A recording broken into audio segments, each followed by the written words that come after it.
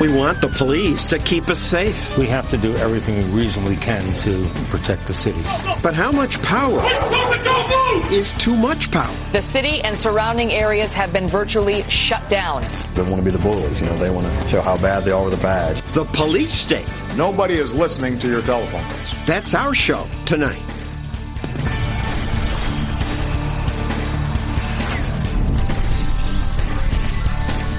And now, John Stossel. Police state? All right, America is not a police state. For the most part, we're pretty free. Recently, however, we did learn that government grabs records of our phone calls and emails. They can know who we talk to and when. I'm not all that upset about it. I figured my political enemies already spy on my calls and emails. But it is a slippery slope. It could lead to terrible things. But there are already things my government does that upset me more. Radley Balco writes about some of them in his new book, The Rise of the Warrior Cop. So what do you mean, warrior cop? They're armed like soldiers, they're dressed like soldiers, they're trained in military tactics. And equipment like Humvees, tanks, helicopters, sort of battle grade guns. And, for a long time, that SWAT teams were reserved for emergency-type situations where if you think like an escaped fugitive or an active shooter or a hostage-taking situation. You want to go in with a lot of power to put out the problem. Right. You have lives at stake. I don't think anybody is opposed to using SWAT teams in those sorts of scenarios. The problem is how they're overwhelmingly used today is in a way that creates violence and confrontation where there wasn't any before. When you break into somebody's home, send armed men into somebody's home at night, you are creating confrontation, and you're eliciting a very primal response in people. So I would argue that when drug dealers shoot back at cops in these situations, it's because they think they're being robbed by another drug dealer. When the federal government starts sending SWAT teams into these medical marijuana dispensaries, these were businesses. They have business licenses. They're operating under state law. The hippie mom and pop couple that run the pot dispensary are not going to kill a bunch of federal agents. Using this kind of force against these clinics was about sending a political message. It was about making an example of these people because they were flouting federal law. And when the government starts using violence to make a political statement, I think we need to have a serious discussion about whether that's an appropriate tactic in a free society. And they're using SWAT teams to raid poker games, bars where there's underage drinking, barbershops. We're seeing mission creep with SWAT teams. They're moving beyond the drug war. Even regulatory inspections are in a lot of areas conducted with SWAT teams. There was a group of Tibetan monks who were in the U.S. on a peace mission and overstayed their visas, who were then confronted with a SWAT team. It's almost beyond parody. When this started in the 70s, there were 300 raids a year. Yes, this used to be the last resort, right? The last thing you did when no other approach would work. Now we're increasingly seeing it as the first resort that police use, this kind of force. As of 2005, 50,000 SWAT raids per year, or 100 to 150 per day. Let's look at one example where we have videotape. In Arizona, Jose Guerrena, a Marine who served 2 tours in Iraq, was asleep in his bed. He awoke to the sound of his wife, Vanessa, screaming. After telling his wife and youngest son to hide in the closet, Guerrena grabbed his military weapon and walked out to the hallway.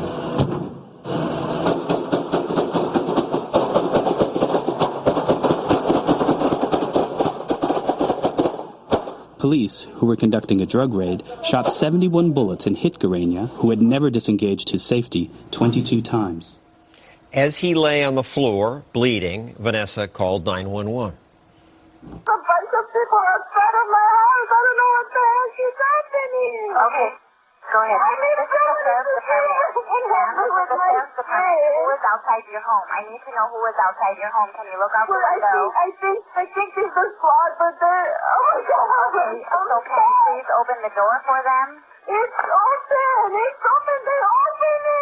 Paramedics then came, but the police wouldn't allow them to treat her husband for more than an hour. The police said they had to secure the scene, and in that time, the Marine bled to death. So this can't this has to be a very extreme example. In my research for the book, I found over 50 cases where a completely innocent person was killed in one of these raids. Even after this raid happened, the police department admitted that if he had survived, they didn't find anything they could arrest him for. They found no evidence of a crime, when they searched the house. This, too, was a drug charge, and they didn't find any evidence of drug dealing in the house. It appears that Guarena's crime was basically being related to someone who was involved in a criminal enterprise.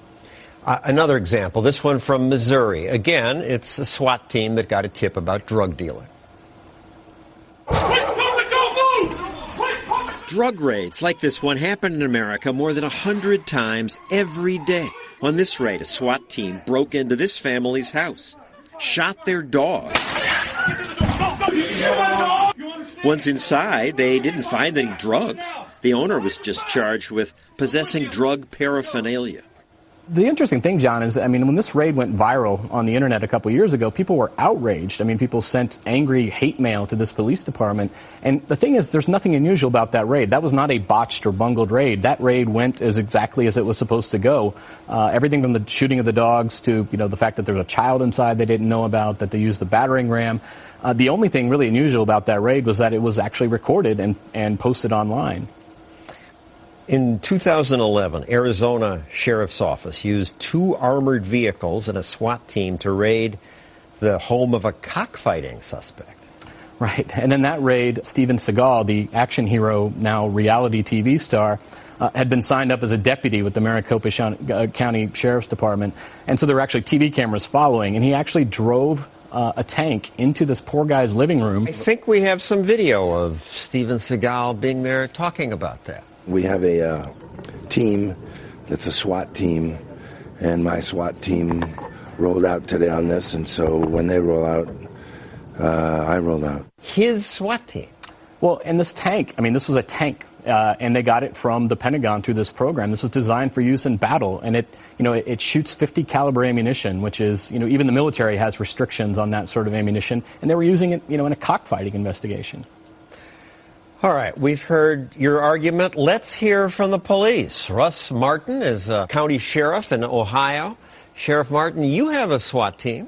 You say it's a good thing. I do, John, and as you often say, that when airplanes land safely, that's not news. But when tragedy happens, it becomes news. And Mr. Palco, although he does make some good points, there's a lot of this is anecdotal information. And I will tell you that day in and day out, law enforcement serves warrants provided by the judge, been vetted, probable cause, safer because of these specialized tactical units.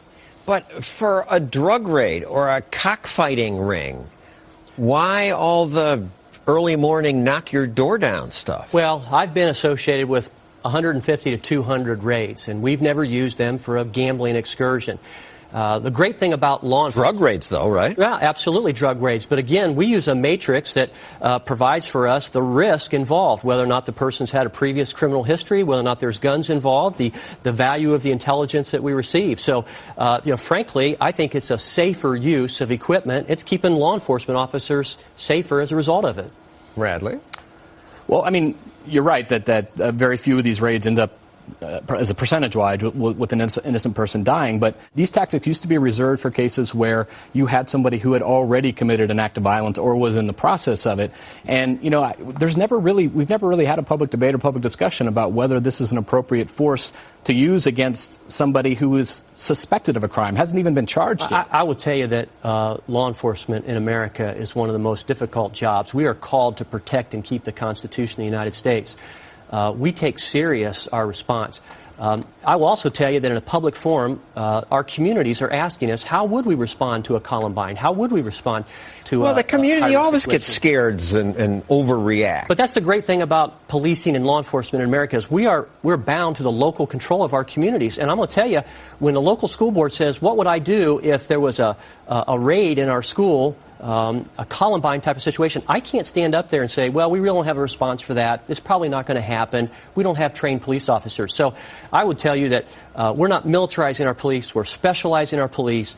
Community policing is strong and alive in this country. Well, a Bearcat armored vehicle isn't militarization? The last time, Absolutely, John. The last time I used a Bearcat was just 4 weeks ago. We had a husband who tracked his wife out in the drive, shot and killed her, retreated into her house. We used a Bearcat to approach that house, announce our presence, try to establish contact through negotiations. That's a safe way to approach that house. I'm not sending fathers, mothers, brothers, and sisters into these homes without them being prepared. But again, that's an emergency situation where somebody has proven that they are an immediate threat to somebody else's life. And that sort of response is appropriate in that situation.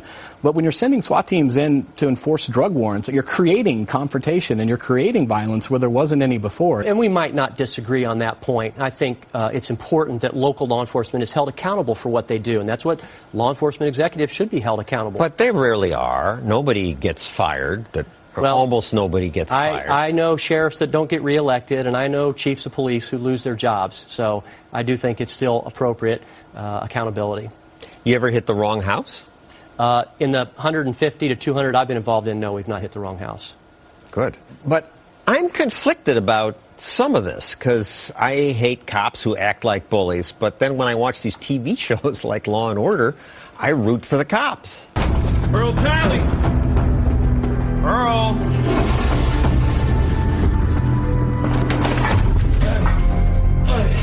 Where were you at 10 in the morning? Come on, man. Who knows stuff like that? Now, later in the show reveals that guy was not the bad guy. He was innocent. The cops, however, had searched his house without a warrant. But I, as a viewer, I was okay with that. I watch the show all the time, and they're running roughshod over people. I should be saying, hey, is this constitutional? I'm a libertarian, but I don't. Well, you get a little bit of a rush watching that, and one of the interesting things I found in interviewing police officers who had been on SWAT raids for the book is they tended to, the adjectives they use to describe the feelings they get in these raids are very similar to the adjectives we use to describe the feelings you get from the drugs that they're conducting the raids for in the first place. The adrenaline. They say it's adrenaline, it's a rush, and it's intoxicating. The raids themselves can become habit-forming. Well, one other twist on this. One defense we have against it is modern technology, like the cameras that we have in our phones. And it's odd because when people think of police state, they often think of the novel 1984, in which the government used millions of cameras, telescreens they were called in the novel, to watch people even in their bedrooms. And at the time, the pundits said, this coming technology is going to give government too much power. But it's turned out that these cameras give people, individuals, power. Just outside my office, a cop claimed a bicyclist rode into him on purpose. But then this video turned up and showed that the officer was the aggressor. That cop was eventually fired. Maybe video like this is why some don't want to be filmed. All I have is a camera. I'm clearly wearing nothing. I have no weapons. It does not matter. You know what? You're going to go to jail. I'm observing what they're doing and they're arresting me. I don't understand what's going on. The officer took her to jail and charged her with obstructing governmental administration. I did nothing. That was a woman who chose to tape a traffic stop outside her house. The charges against her were eventually dropped, but only after she was harassed by the police for making that video public. So, Sheriff John, Martin? I'm an advocate for video cameras. I tell my law enforcement officers all the time. You're fine if I'm in your here. Listen, were you arresting me, officer? Absolutely. Make sure you get my good side. We want to be able to show the community and develop trust. As a matter of fact, we put cameras in our cruisers, and I think you'll see in the next 10 or 15 years, you'll see body cameras on almost all law enforcement officers across this country. It really exonerates police more often than it convicts them. And don't you think it maybe encourages the rogue cop to behave better? Well, I think that's another measure of accountability. Well, thank you, Sheriff Martin. Radley Balco. Coming up, this police officer was fired after he revealed that some cops give tickets to people who do nothing wrong. Also, martial law. When's that justified in America? The city and surrounding areas have been virtually shut down. You have to stay in your homes, stay in place.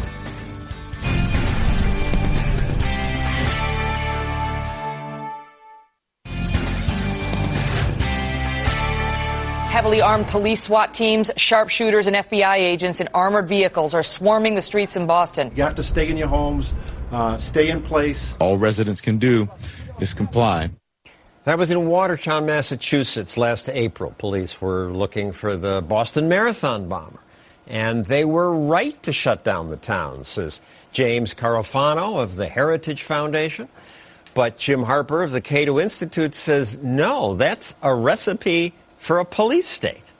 So, Jim, why? Well, I didn't say they were right to shut down the town. I said the right people made the decision. It's with the people, the elected and appointed officials, and they're the ones to get to make that decision. Now, personally, as a public safety measure, to me, that was a bit over the top, but I'm not the guy standing on the ground. I'm not the guy that's accountable to the people of my city. So the system actually worked the way it's supposed to be. The people that are responsible were the people that made the decision. But retrospect tells us actually rather obviously that it was an overreaction to shut down the town. Hundreds of millions of dollars in lost economic opportunity for the people of Boston, for one. And as a matter of fact, brother number 2 was found after the shutdown ended. The people of Boston are strong, they are resilient, and they didn't need to cower in their homes during this event. You have to base the decision that they made based on the facts that they had at the time. Well, I don't think it was necessarily their decision to make. It shouldn't have been. They should trust the people of their city to defend themselves to some degree. But I didn't hear people in Boston complaining. They weren't complaining. They were happy. They were all afraid. But we shouldn't cast off our liberties. We shouldn't cast off confidence in ourselves simply because of fear. Well, nobody disagrees with that. I mean, that's why they elect a mayor. The mayor appoints police officials, and they do what they say. Look, we have my cases, for example, and in Boston and other cities where the Secret Service comes in and say, we're going to have a national convention, and we want you to shut down the entire city. And the mayor goes, I'm not going to do that. And the Secret Service goes, okay, bud, it's your call. It's your city. And that's the way the system works. Putting people in their homes doesn't actually help. In some respect, it threatens them. And when law enforcement roam the streets, leveling guns at the windows of homes of... Yeah, you sent us this picture. That's a problem. Shows a guy in the gun turret pointing right at somebody's window. My gun training as a youngster was that you should never point a gun in a direction you didn't want a bullet to travel. And we had law enforcement in Boston leveling guns on innocent civilians sitting inside their homes. They have to point them at something, and they were looking for a guy who might have had a machine gun, might have had grenades. People were scared. They were scared. But professional law enforcement is not allowed to point weapons at people inside their homes merely because somewhere in the city someone may have a bomb or other kind of device. Jim makes a great point, and that's what the system. Professionals have to act professionally. I mean, they can't do irresponsible behavior, and we had lots of examples of that in New Orleans when they brought in the National Guard. This is after Hurricane Katrina. And Mayor Nagin said, "Well, I've declared martial law," and then because he can't. He can't. That has to be the Congress or the president. Let's explain what martial law means. Well, martial law just is very simple. It means you're under the responsibility of the militaries. They declare martial law or whatever state of emergency because they think that people are incompetent to defend themselves. People actually come together pretty well when there's some kind of emergency situation. We saw this in New York during power outages years ago where nothing bad happened. People took care of each other. In Boston, in fact, people took strangers into their homes because the hotels had closed. People can handle things much better than a lot of leaders think they can. A silly anchor at MSNBC said this about libertarian complaints about police overreach in Boston. There were no tanks in Boston. This is the most fearsome vehicle that the Boston police used in the manhunt.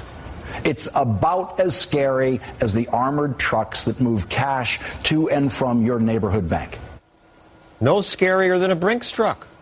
Well, I saw pictures of a camouflaged Humvee with a turret on the top. It's weird. It's like the people at NBC like big government in all its forms, even if it's a police state.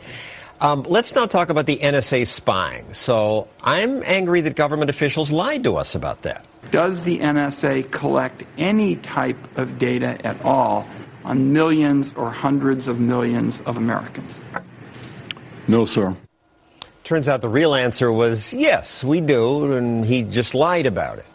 So, James, you support the data gathering, but they shouldn't lie to us about it. Well, here's what I say. It's like you're yelling at the wrong people. If you have a problem, the people that Congress should have a problem with is themselves because they wrote the laws under which these programs operate, and the laws are pretty clear and specific. To me, it is kind of weird about congressmen waking up like the guy in Casablanca saying, oh, my God, there's gambling going on in this establishment. I mean, what did they think we were writing those laws for? Because these are programs that we weren't going to implement? And there's so much other stuff that I hate about my government more than this. It's data mining. They probably aren't listening to individual calls, and they might stop a terrorist. Well, I'm a Constitution guy. It's the first time in 230 years or more that we've seen a general warrant in the United States, because that's flatly banned by the U.S. Constitution. As a practical matter, a general warrant during the time of the Revolution meant King George had allowed his troops to rummage the homes of the colonists under general warrants. And that was very offensive. They sometimes stole things. It's a lot like what's happening with our data right now. But it's not. It's data mining in some computer. They're not in my soldiers in my home. Because your home has moved outside onto the internet. Bank records, communications with loved ones, medical information, all kinds of data it's about stopping you terrorism. They the claim 50 incidents. And they are wrong. They haven't substantiated that with any real evidence.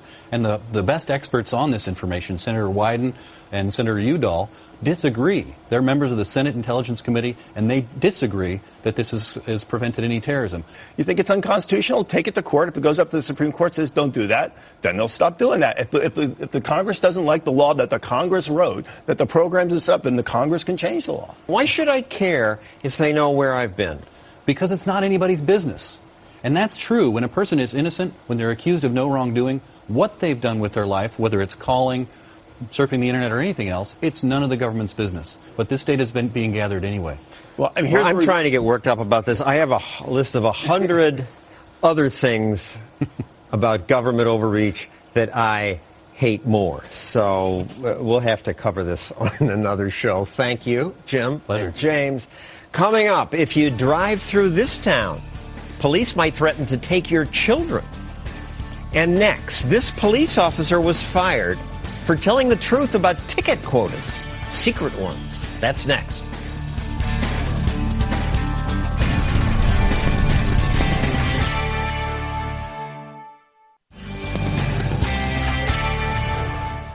Do police officers have ticket quotas, like 100 tickets a month, officer, or you're in trouble?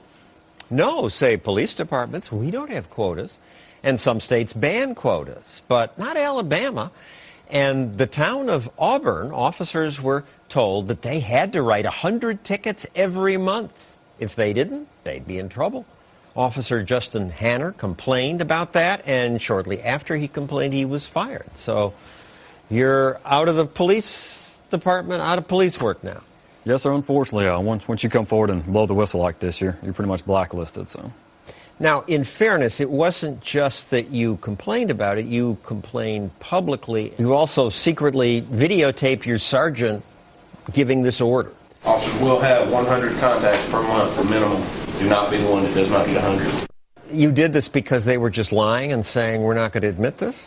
Yes, sir. They'll say in writing, in their public policy where everybody can read, that we won't have quotas. We'll stress quality over quantity, but in these closed-door meetings... They still say that. The Auburn city manager told us, we would never implement a quota.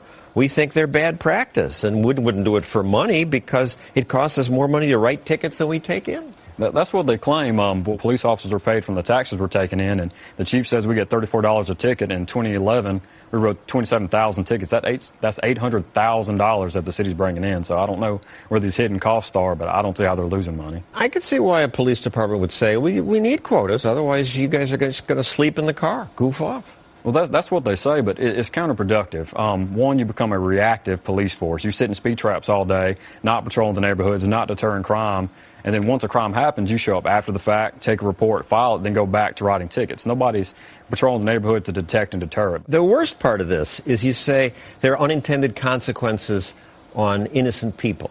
Yes, sir. If you tell an officer they have to have so many contacts, they're going to go for the easiest way to get it. Me and my partner were working downtown. We observed a gentleman walking down the sidewalk. He had a little uneasy balance, so we think we need to contact him, make sure he's okay. We get out on him. He just lives a few blocks from the bar. He knew who he was, where he was going. He was walking home to keep from driving drunk. He showed us his identification, completely cooperated, and we determined that he was no threat to himself or the public and that he wasn't being a public nuisance, so we let him go. The supervisor told us to go back and arrest him. He said that he told me that I needed it for my stats. I refused because he didn't violate the statutes of the law, and my partner, fearful for his job, went ahead and arrested him. Another example, a kid with a fake ID. We contacted a young man for drinking a beer in public. He turned out to have a fake ID, be underage. What I did was write him what's called a non-traffic citation. The same supervisor comes up and says, you have to arrest him for liability purposes. If you write him that ticket and he goes off and gets more drunk and he's got that ticket in his pocket and he gets hurt, they could sue you. So you need to go ahead and take him to jail, and that way you're covered legally. Some police officers talk about, I wrote him up for a POP. What's that? What they're saying is they charge him for pissing off the police. And yet a few cities have explicit quotas. In Woodlawn, Ohio, they don't deny it's a moneymaker. They tell the staff it'll generate $200,000 a year. Well, there's better ways, more effective ways of doing what they're trying to accomplish. The only job of government is to protect the rights of its citizens, and we can't focus on the citizens at the expense of focusing on the criminals. You have to get off the streets, out of the speed traps. If you want to have a traffic division that works solely on that, that's fine. But the bulk of your police force needs to be deterring crime and trying to detect it. And to do that, they have to get in the neighborhoods. They have to get around these businesses. Thank you, Justin. Coming up, ridiculous police excess in my town. Guys, you gotta back up. Come on. And also, government locks up non-violent mommies and daddies. I was born 10 days after my dad went to prison.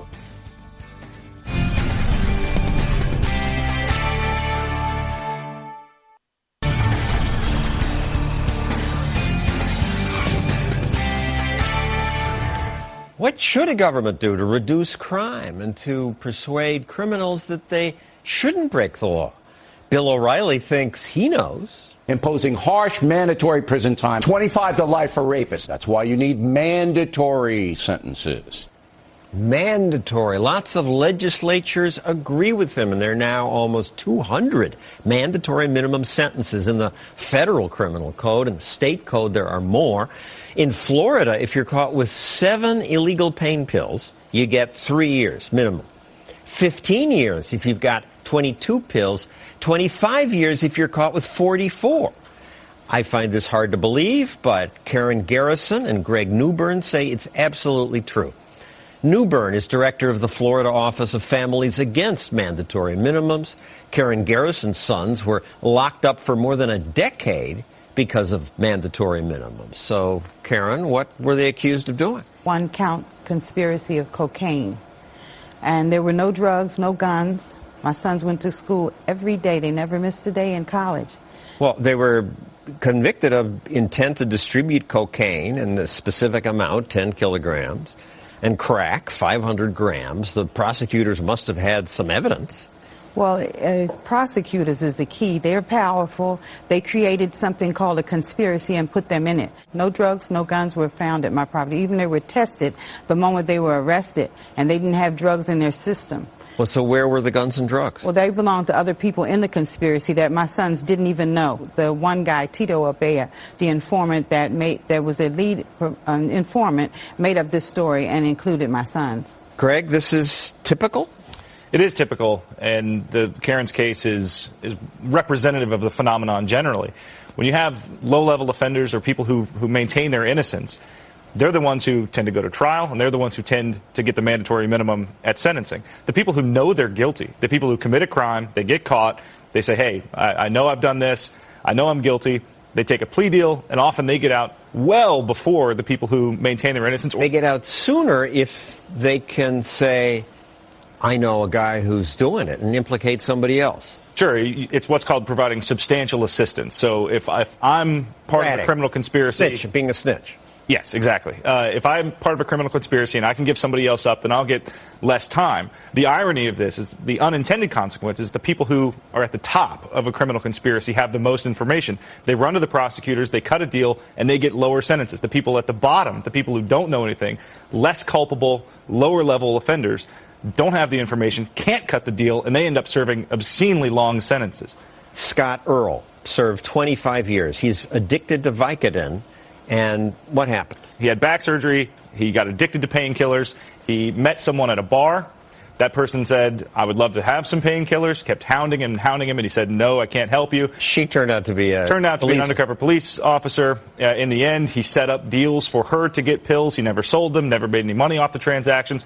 He was arrested, charged with trafficking, and now he's serving 25 years mandatory minimum. And the judge said, this punishment does not fit the crime. with great reluctance, I have to sentence the defendant to 25 years. That's a common reaction from judges. They look at the circumstances of the crime and they say there's no way this sentence fits, and yet I have to do it because the legislature has given me no other option. Advocates for these minimums would say, good, we're safer. Better to lock them up. There's absolutely no evidence that mandatory minimums contribute to a decline in the crime rate. None whatsoever. There is no correlation. Some states have gotten rid of their minimums and crime hasn't shot up. Absolutely. New York repealed the Rockefeller drug laws in 2009. Crime is down. Michigan repealed all of their drug mandatory minimums in 2003. Crime has fallen 20%. Robert Moss sold marijuana for a while, then stopped selling it, got out of the marijuana business. But when his ex-partners were caught, they tried to reduce their sentences by ratting Moss out. Moss wouldn't snitch on anyone, and as a result was sentenced to 20 years in jail. Here's one of his two daughters. I was born 10 days after my dad went to prison. I'm now 12 and a half, and I'm still waiting. A few years after that was taped, their father was finally released. I had never felt normal in my entire life. I always felt like there was something missing, and I didn't want people to think I had daddy issues, you know? Because we don't. We have government issues. We have government issues. These children grew up without a father. And for what? For what? And you got the law changed in Florida. Yeah, and a lot of groups with mandatory minimums, working for mandatory minimums like FAM. They never gave up. They went every day till they got a small reduction, but they keep on. The change helped knock more than 3 years off your son's sentence. Yeah, well, it's like 4 off of Lamont's and 2 off of Lawrence's sentence. Thank you, Karen and Greg. Coming up, the police have discovered new ways to spy on us. For example, you can hang up your phone, and police can still listen to you. Did you know that?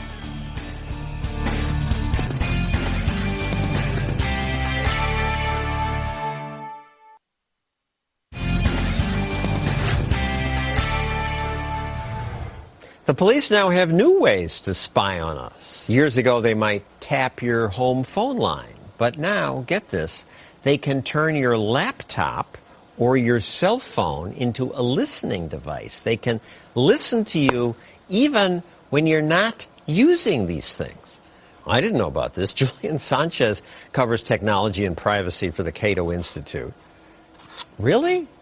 Yeah, as it turns out, this is something that was first reported a few years ago. It's been, in the light of the NSA revelations, more in the news. But most cell phone carriers have the capability to remotely install spyware, essentially, on your phone. Remotely, so they don't even have to touch the phone. That's right. It's like a kind of natural update in the same way that your phone would update if there's a software upgrade of some kind to keep it running as fast and as well as usual. I don't call it an update if the off switch doesn't turn the recording off. Well, it's depending on whose idea of an upgrade it is. But yeah, this is something that I think in real police states like China, you see people are more aware of.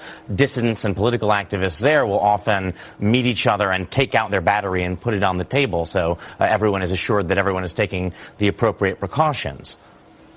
What other things do you worry about? There's dozens of ways we can be tracked. Our cell phones are tracking devices. Aerial surveillance. And to be clear, if they're going to listen to us on the cell phone, that also requires a warrant. Yeah, listening requires a warrant, but location tracking, if you're not using a physically installed device, may not. So if you're using license plate readers to know where every car in a city is, if you're using someone's cell phone records, checking what tower they were near every time they sent an email or a text or made a phone call. There are a variety of technologies that allow us to, in different ways, be searched physically. The same backscatter machines that are used in airport to kind of provide the friendly TSA agent with naked images of our bodies can be used in a more portable way to look into vehicles, to look under clothing, potentially to match suspicious shapes. There are cruise down the street and aim it at people. Exactly, or at vehicles. A lot of the public says, you know, if you're not doing anything wrong, you have nothing to worry about, and we're safer because of this. Well, the problem is who determines what's wrong. If you look, I think, at the history of our country, what you find is a decades-long history under presidents of both parties of the abuse of the power to monitor for political purposes, to suppress dissent. In the most notorious case, there was a basically decade-long campaign waged by the FBI in an effort to destroy and discredit Martin Luther King so he could be replaced by what the FBI called the right kind of Negro leader, meaning one they controlled. But it was also anti-war activists, women's rights activists, other civil rights leaders, unions, anyone that was seen as opposed to the incumbent authorities was treated as but we're smarter now. This kind of thing wouldn't happen today. If you look at both our history and current events around the world, it becomes clear that when people have the power to observe the public without their own actions being subject to oversight and accountability, they tend to arrogate them. Without us watching the watchers, they tend to arrogate to themselves the authority to determine who is a threat. And very often, someone who has a different political view is a threat in their eyes, as many dissidents in the 60s and 70s in the United States were seen as a threat. More police now are now using drones. Miami-Dade police with a high-flying tool. The 18-pound drone that's been used in war zones in the past is set to soar over the streets. It has a camera attached underneath. And it will happen more places. You could say, so what? The satellites are looking at us now anyway. Scale matters. The police can follow someone down the street, and we think that's okay. What if it were possible for the police to follow everyone down the street all the time? Are we willing to accept, in the name of safety, a world where everything everyone does is the second they step out of their own front door is now a matter of permanent record to be searched, if not now, maybe in a couple of years, by someone who may not have safety as their primary interest? Thank you, Julian Sanchez from the Cato Institute. Next, the police in my town engage in excess. Guys, you gotta back up. Come on.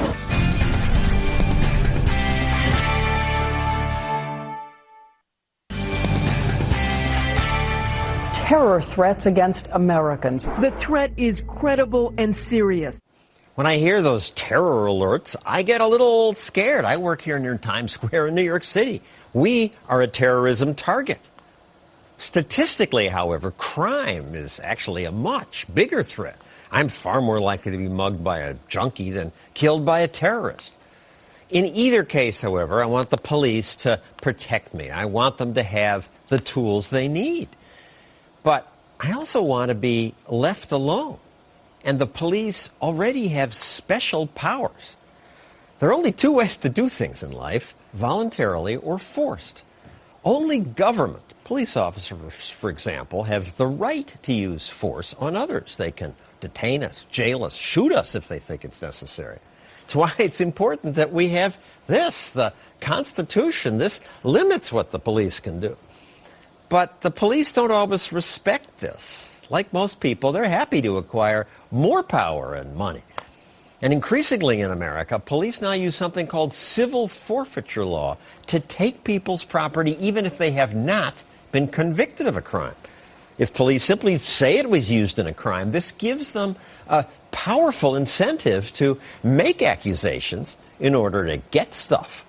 Tulsa, Oklahoma police officers drive around in this Cadillac Escalade that says, "This used to be a drug dealer's car, now it's ours." Being able to keep stuff creates a big temptation to get stuff. A district attorney's office in Texas used forfeiture money to buy an office margarita machine.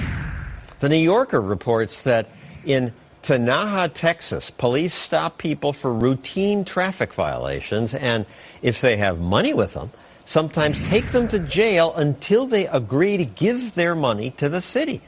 And if they resist and if they have kids in the car, the DA sometimes threatens to take the kids away from them, turn them over to Child Protective Services. Sounds like extortion to me. Use of the forfeiture law is growing. As usual, government grows. 28 years ago, the Justice Department collected about $27 million from forfeitures. Last year, they grabbed more than $4 billion worth. Government always grows. One last example from here in my town. I like our police chief. I think his department did a great job reducing crime. But government grows even in the stupidest ways. Guys, you gotta back up. Come on. This is the scene near Wall Street, where more than a year ago, during the Occupy Wall Street protests, barricades were placed around a sculpture of the Wall Street Bull. And police officers were stationed here. As this tour guide tells his customers, They had to put up these barricades around the bull to protect him. There's also police officers here. they had to? No, they didn't. It's ridiculous. The bull weighs more than 3 tons. It's nearly indestructible. The head of the neighborhood association says during the Occupy protests, It was the most dangerous situation imaginable. We'd have hundreds of people literally in the street because the entire plaza was barricaded and the only place to stand was in the street. even crazier, even though the protesters are long gone, the barricades are still here, forcing pedestrians to walk into the street. It creates noise, and it's dangerous. But requests to remove the barricades go unanswered.